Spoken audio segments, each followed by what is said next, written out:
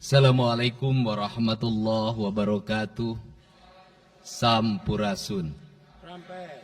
Yang saya hormati Ketua DPRD Provinsi Jawa Barat yang mulia Bapak Buki Wibawa, para wakil ketua Bapak Iwan Suryawan, ini tokoh politisi yang begitu kalem saat ada interupsi. Bapak M.Ki Iswara, ini politisi yang tampan selamanya tapi tidak pernah nakal. Dan tokoh spektakuler kita yang sangat populer di antara politisi DPRD Provinsi Jawa Barat, Bapak Ono Surono. Saya sudah tahu Pak Ono kontrak-kontrak medianya sudah banyak nanti ke depan. Kemudian juga Bapak ini sebentar lagi akan berangkat haji, Bapak Ki Haji Acep Jamaluddin. Terima kasih. Seluruh anggota DPRD Provinsi Jawa Barat, para ketua praksi, para ketua komisi, dan saya mengucapkan terima kasih atas berbagai otokritik yang dilakukan, baik secara langsung maupun lewat media, baik media massa maupun media elektronik. Dan itu menunjukkan bahwa di Provinsi Jawa Barat ada terjadi dinamika politik yang luar biasa. Semua orang memiliki concern pada hal yang menjadi tujuan kita, mewujudkan Jawa Barat istimewa dengan berbagai cara. Tugas DPR adalah bicara, itulah tugas DPR. Jadi kalau tidak bicara, mungkin DPRD dianggap tidak ada. Saya ucapkan terima kasih atas otokritiknya. Sekretaris Daerah Provinsi Jawa Barat, kemudian yang mewakili Pangdam 3 Siliwangi, yang mewakili Kapolda Jabar, yang mewakili Kejaksaan Tinggi Jawa Barat, dan khusus untuk Kejaksaan Tinggi Jawa Barat, saya sampaikan ucapan terima kasih, rasa hormat yang tinggi kepada Kejaksaan Agung Republik Indonesia atas tindakannya melakukan penahanan dan mentersangkakan Direktur Utama PT Sritek dan salah satu mantan pejabat BJB yang sudah resign atas kasus dugaan penyimpangan kredit, yaitu menyampaikan kredit ke Bank Jabar, mudah-mudahan tidak salah, kalau salah dikoreksi, sekitar 600 miliar rupiah tanpa agunan yang memadai. Dan ini langkah taktis. Dan pemerintah Provinsi Jawa Barat melalui RUPS-nya sudah melakukan koreksi dan perubahan secara total sehingga peristiwa ini tidak akan mempengaruhi kinerja BJB. Saya ucapkan terima kasih. Dan semoga peristiwa ini tidak terjadi lagi di masa yang akan datang. Kemudian yang hormati para staf ahli, para asisten, para kepala perangkat daerah Provinsi Jawa Barat. Yang pertama, forum ini adalah forum kebahagiaan. Ada yang berbahagia hari ini, yaitu seluruh warga Jawa Barat, di mana kita bisa menyelesaikan dua agenda, yaitu agenda pengesahan Raperda tentang investasi dan agenda tentang pengesahan hasil dari LKPJ. Seluruh rakyat Jawa Barat bergembira karena rencana kita dalam melaksanakan pembangunan akan berjalan dengan cepat. Tetapi barangkali para media sangat kecewa. Karena hari ini tidak kejutan-kejutan lagi sehingga viewernya mungkin agak menurun hari ini. Tetapi kita harus berkorban demi kepentingan rakyat Jawa Barat. Kita kesampingkan viewer, kita kesampingkan komen, kita utamakan kepentingan rakyat Jawa Barat. Sebenarnya konsep pidatonya sudah ada, tetapi saya mencoba menyatukannya. Yang pertama adalah bahwa kita bicara tadi tentang berbagai rekomendasi. Dan rekomendasi itu juga termasuk di dalamnya disahkannya Raperda tentang investasi yang sebentar lagi menjadi perda. Apa sih yang menjadi rekomendasi? Rekomendasi pertama adalah angka kemiskinan yang masih tinggi di Jawa Barat. Tetapi saya usul pada Pak Ketua, ke depan kalau LKPJ sebaiknya para bupati wali kota diundang di seluruh Jawa Barat. Karena Jawa Barat itu pertanggungjawabannya bukan di OPD Jawa Barat. Tetapi seluruh kinerja pembangunan itu ada di Pemkab dan Pemkot, serta ada di pemerintah desa. Jawa Barat tidak memiliki rakyat yang terkelola secara langsung karena seluruh pengelolaannya ada di pemerintah kabupaten kota dan pemerintahan desa. Dan saya mohon nanti dipaparkan kemiskinan yang paling tinggi dalam perspektif BPS, dalam perspektif LKPJ dan analisisnya itu di kabupaten mana, bila perlu sampai di desa mana. Kemudian angka investasi tertinggi di kabupaten mana, angka investasi terendah di kabupaten mana, infrastruktur yang berproblem di kabupaten di mana, sehingga semuanya terpetakan dengan baik, sehingga nanti kita bisa mengorkestrasi antara pembangunan Provinsi Jawa Barat, pembangunan kabupaten kota, dan pembangunan desa secara bersama-sama dan berkeadilan. Kemudian yang kedua, bahwa investasi ini menjadi aspek yang utama dalam kinerja pembangunan Provinsi Jawa Barat hari ini. Kenapa? Karena satu, angka kemiskinan kita masih tinggi. Kemudian angka kemiskinan yang tinggi di Indonesia sebenarnya juga dipengaruhi oleh jumlah penduduk yang tinggi. Sehingga persentase kecil menurut Jawa Barat, tetapi menurut nasional menjadi besar.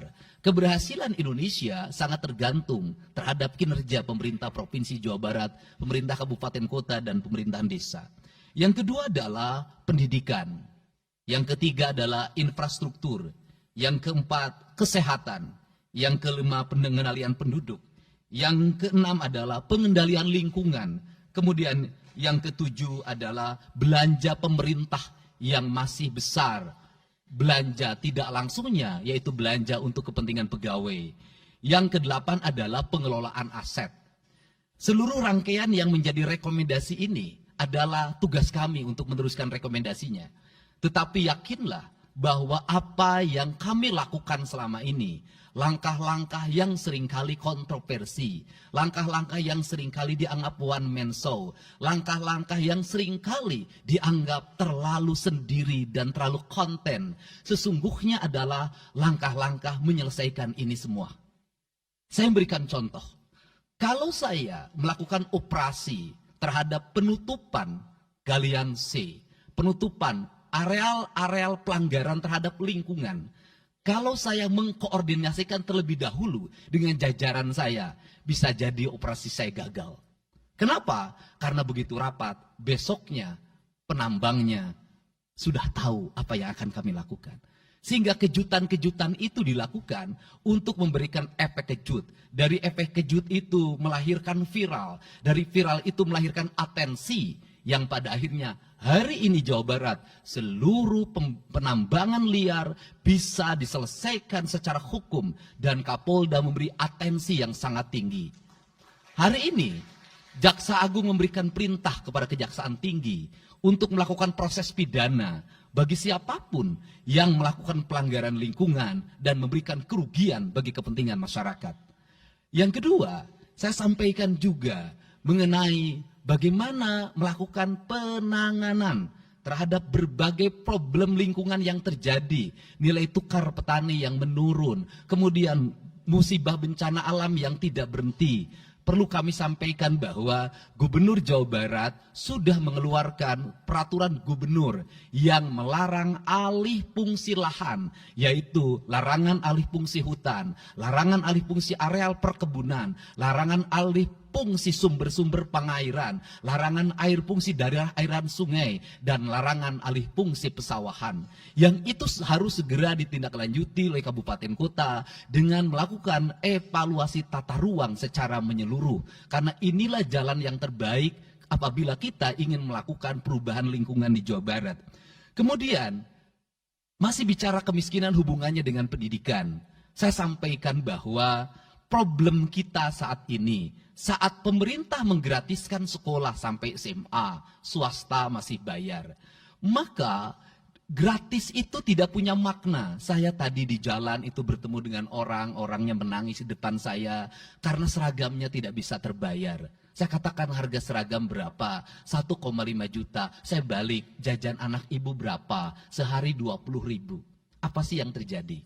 Yang harus diperbaiki bukan hanya pemerintah, tapi juga masyarakat harus diperbaiki. Apa yang harus diperbaiki? Ke sekolahnya harus selalu gratis, tapi biaya konsumsi anaknya selalu diikuti. Apa artinya gratis kalau bekal ke sekolah 50.000 per hari? Negara mengeluarkan biaya, tapi orang tua mengeluarkan biaya.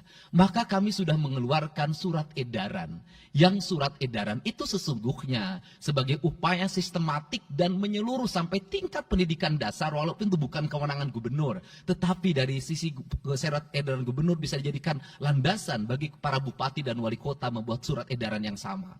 Apa sesungguhnya yang menjadi alam pikiran saya?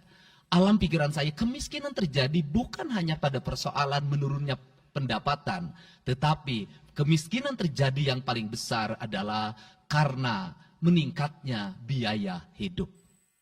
Biaya hidup yang tinggi misalnya di sekolah, biaya studi tour, biaya perpisahan, biaya outing kelas, dan berbagai biaya wisudaan, itu adalah biaya yang tinggi dalam pendidikan. Untuk itu, apa yang dilakukan oleh orang tua ketika membelanjakan untuk kepentingan itu? Mereka pinjam bank emok, mereka pinjam bank keliling, mereka pinjam bank pinjol, mereka pinjam NBK, dan mereka pinjam bank Pancasila. Menghentikan ini sesungguhnya, saya lagi menghentikan mereka tradisi meminjam uang dalam keadaan terdesak pada para rentenir. Dan ini strategi untuk menurunkan kemiskinan. Kemudian yang berikutnya adalah perhatian ketika rakyat sakit. Maka pemerintah harus cepat hadir menangani. Kenapa? Karena orang bisa jatuh miskin ke dalam jurang yang lebih dalam. Manakala dia sakit tidak ada yang mengobati, BPJS-nya tidak mampu mengcover, biaya untuk ngontrak selama dirawat di Hasan Sadikin tidak punya, biaya untuk makan untuk keseharian tidak ada, sedangkan tulang punggungnya berhenti karena sakit. Ini juga menyebabkan kemiskinan. Kemudian yang berikutnya, kemiskinan terjadi karena rusaknya sumber daya alam, air yang hilang, sumber penghidupan yang hilang, sumber energi yang hilang, sumber protein yang hilang, sumber kalori yang hilang di lingkungan berupa kerusakan lingkungan, itu akan melahirkan kemiskinan. Maka alam yang tertata sesungguhnya adalah bagian dari upaya untuk menjaga kemiskinan. Kemudian yang berikutnya adalah belanja infrastruktur yang harus meningkat, dan itu di belanja sekarang kita sudah melihat. Itu adalah bagian dari menyelesaikan problem kemiskinan. Konektivitas infrastruktur sangat penting dalam menumbuhkan ekonomi, tetapi di balik itu kebudayaan rakyat tidak boleh diberubah. Kenapa? Infrastruktur baik bisa jadi tanahnya dijual karena mahal, pada akhirnya menjadi miskin kembali. Infrastruktur harus seiring dan sejalan dengan kerangka berpikir publik yang mengerti akan hak atas tanah. Kemudian yang berikutnya adalah pengendalian penduduk. Booming penduduk di Jawa Barat relatif besar. Untuk itu harus dibuat berbagai upaya untuk menyelesaikan problem kependudukan. Saya berkali-kali bercerita bagaimana di Majalengka saya bertemu dengan sebuah keluarga yang tinggal di kontrakan, yang ayah dan ibunya tidur ketika jam 11 siang, dan anak-anaknya berjualan di alun-alun. Jumlah anaknya 11, dan ketika saya berkunjung ke tempat kontrakannya sudah hamil lagi yang ke-12. Ini problem. Dan itu saya kemudian di Cirebon, saya berkunjung pada sebuah rumah yang listriknya baru dinyalakan lewat program Provinsi Jawa Barat. Rumahnya itu ternyata anaknya sudah 4. Padahal dia baru saja menyelesaikan rumah dari pinjaman senilai 25 juta. Dan itu pun belum selesai dan rumahnya 1 kamar. Ketika keluar dari rumah itu saya bertemu dengan seorang bapak yang meminta kepada saya untuk ber-KB. Anaknya sudah 7. Dia tak mau lagi untuk anak yang ke-8. Saya katakan bahwa jumlah anak sangat identik dengan problem kemiskinan. Betul, kemiskinan tidak akan bisa diselesaikan dengan hanya mengatur kelahiran, tetapi setidaknya pengaturan kelahiran adalah bagian dari untuk menekan angka kemiskinan. Dan yang terakhir adalah dari seluruh rangkaian ini adalah belanja pemerintah harus menjadi stimulus bagi kepentingan masyarakat. Maka jumlah-jumlah proyek harus terus segera digulirkan, digelontorkan menjadi kegiatan publik sehingga banyak orang yang kuli, banyak orang yang nyapu, banyak toko-toko yang buka, semen terjual, besi terbeli, dan kemudian regulasi ekonomi berjalan. Warung-warung bisa menjadi tempat para kuli siang hari makan siang. Dan ini adalah bagian dari strategi stimulus ekonomi yang digulirkan oleh pemerintah, itu memiliki sumbangsi terhadap 12% pertumbuhan. Dan yang terakhir adalah investasi. Investasi itu modalnya ada 3. Yang pertama adalah konektivitas infrastruktur, ketersediaan jaringan air bersih.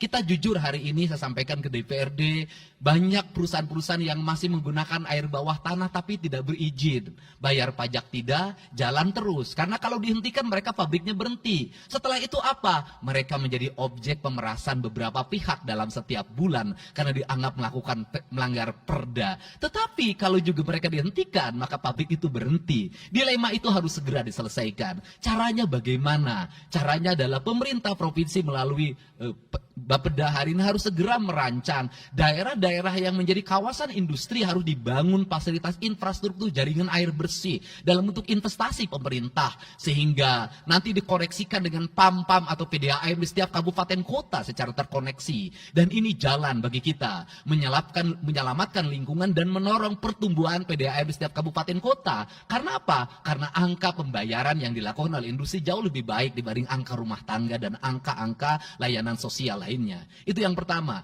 Yang kedua adalah tumbuhnya iklim investasi di mana masyarakat merasa nyaman. Investor merasa nyaman ketika perizinannya cepat. Saya memberitahukan ya bahwa di Indramayu ada pabrik sepatu yang selama 2 tahun tidak mau buka hanya karena perizinan lingkungan hidupnya belum kelar. Saya ngambil langkah pasang badan, lakukan pembangunan karena itu menyerap 8.000 tenaga kerja.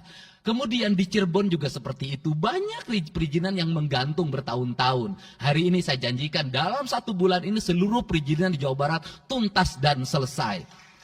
Dan saya meminta kepala BPM TSP menjadi VR pemerintah Provinsi Jawa Barat untuk senantiasa tiap hari melihat data dan dokumen di setiap kabupaten kota. Mana yang terlambat, mana yang mengalami hambatan. Kemudian yang berikutnya adalah kenyamanan dalam berusaha. Kenyamanan dalam berusaha adalah ketenangan para investor dan lingkungan masyarakat terhadap berbagai aksi gangguan dari orang yang mengatasnamakan diri preman. Untuk itu hari ini kita cukup bersyukur di Jawa Barat, peristiwa ini sudah hampir tidak ada. Kapolda kalau dengar ada preman, hari ini turun termasuk ke Garut, dengar ada preman, Kapolda turun. Ini semua stakeholder sudah bergerak dengan baik, layanan investasi sudah berjalan dengan baik, tinggal satu lagi hambatan investasi adalah masyarakat menaikkan harga tanahnya luar biasa. Kasus BYD, kenapa mengalami hambatan sekitar 20 hektar, masih belum terbebaskan. Karena rakyatnya hari ini meminta 3 juta rupiah per meter. Padahal di situ dulu 150.000, itu pun jarang yang beli. Ini problem kita. Apa peran gubernur saya sampaikan? Peran gubernur bukan hanya mendorong bagaimana investasi berjalan melalui mekanisme administratif. Saya sampai turun untuk mijitin orang yang jual agar mau jual. Dan sudah ada beberapa yang berhasil saya rayu, saya dekati dengan harga. Itu pun tidak terlalu rendah, harganya 1,1 juta. Itu sudah paling murah. Ini yang terjadi di Jawa Barat hari ini. Tidak mudah mengelola sebuah wilayah yang begitu luas. Tidak mudah mengelola sebuah daerah yang kabupaten kotanya sudah otonom. Diperlukan pendekatan-pendekatan seorang ayah pada anak-anaknya. Sehingga hari ini saya di Provinsi Jawa Barat, saya tidak memposisikan gubernur. Saya kadang memposisikan menjadi ketua RT. Saya kadang memposisikan menjadi ketua RW. Saya kadang memposisikan menjadi kepala desa. Kenapa? Karena warga ini perlu disentuh dengan pendekatan emosional. Pendekatan emosional yang kebapaan, bukan pendekatan struktural. Untuk itu saya yakin bahwa forum ini adalah forum kebahagiaan bagi kita semua. Kita sudah bisa menyelesaikan 2 agenda besar. Semoga ini menjadi kado terindah bagi masyarakat Jawa Barat. Insya Allah kami akan menjalankan pemerintahan dengan baik. Apa yang kami susun, apa yang kami rancang, dan apa yang kami kerjakan adalah semuanya kami dedikasikan untuk kepentingan masyarakat Jawa Barat. Yang terakhir kami sampaikan juga bahwa kami kemarin sudah melapas 273 anak-anak yang mengikuti pendidikan di Dodik Rindam 3 Siliwangi. Hasilnya bisa dilihat secara terbuka di berbagai tayangan. Air mata tidak akan bisa membohongi kejujuran rakyat dan anak-anak itu. Dan saya sampaikan, hari ini ada 13 orang anak yang tinggal di rumah dinas gubernur. Pada saat yang lain orang tuanya datang menjemputnya, dia menangis. tak ada satupun orang tuanya yang datang. Seorang menjadi anak yang terbuang. Dan akhirnya saya memutuskan mereka untuk sekolah di Bandung dan tinggal bersama Gubernur Jawa Barat. Ini cara kita menyelesaikan. Saya ucapkan terima kasih pada semuanya. Semoga kebahagiaan menyertai kita semua. Dan saya yakin setelah kegiatan ini kita akan walk out secara bersama-sama. Wallahu muwaffiq ila aqwamit thoriq. Assalamualaikum warahmatullahi wabarakatuh. Sampurasun. Sekali merdeka tetap walk out secara bersama-sama.